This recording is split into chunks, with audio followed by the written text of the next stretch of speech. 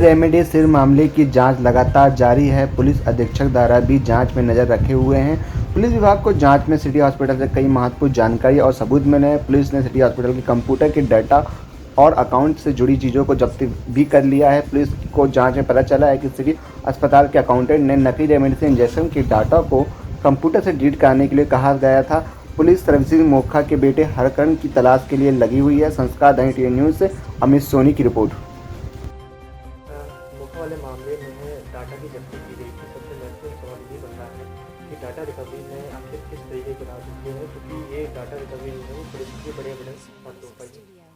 जी, इसमें ये चीज़ आई थी कि उनके जो अकाउंटेंट है अरूप करके, उनको मोखा द्वारा ये बताया गया था कि कुछ जो एंट्रीज़ हैं, वो जो अकाउंट का जो सॉफ्टवेयर है जिसकी अभी हमारी टीम ने जांच की है, उसमें उनको ये निर्देशित किया गया था मोखा के द्वारा कि इसमें जिनमें वो रेमडेसिविर के इंजेक्शन लग गए जो फेक वाले, उनकी एंट्रीज़ को डिलीट करना, ये उन्होंने बयानों में बताया है। और उस तारतम्य में जब इनके लेजर अकाउंट्स चेक किए गए, उनकी हार्ड कॉपी चेक की गई और फिर जो सॉफ्टवेयर जो चेक किया गया, उसमें कुछ हमको एविडेंस मिले हैं कि ऐसा हुआ है।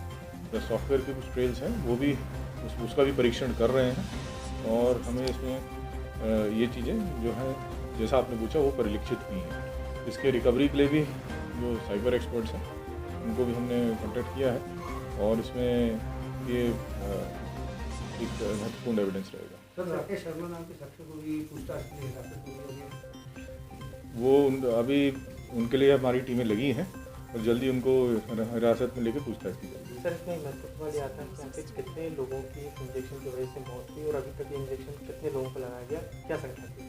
कुल मिलाकर के जो अभी तक की विवेचना में सामने आया है, 171 लोगों को ये इंजेक्शन लगे हैं, करीबन 209। और अगर इसको लिंक जो किया जाए मृत्यु से, तो कुल ऐसे 9 लोगों की मृत्यु अभी तक होना जांच में पाया गया। सर, रिकवरी के लिए लगातार पुलिस ने अलग अलग स्थानों पर दबिश दी थी, चाहे मोखा का प्लॉट हो, चाहे लोहिया पुल हो। अभी तक कितने इंजेक्शन की शीशियाँ इसमें बरामद हुई? देखिए, इसमें 209 तो जो लग गए थे, उसके अतिरिक्त जैसा विवेचना में हमको ये साक्ष्य मिले थे कि जो अन्य जो इंजेक्शन्स थे, जो साबुत इंजेक्शन्स थे, वो इनके द्वारा जो नष्ट किए गए थे मोखा और उनकी पत्नी द्वारा, तो वो उनकी जो शीशियों के जो बॉटलनेक्स होते हैं, वो करीबन अगर सारी जब्तियों को काउंट किया जाए तो कुल 197 करीब वो अतिरिक्त मिले हैं। तो 185 एक जगह से और करीबन 12 दूसरी जगह से। सर, हरकरण मोखा की बात करें तो लगातार हो रहा है, इसमें भूमिका कितनी है हरकरण की? इसमें किस तरह से अपने फादर की मदद की है?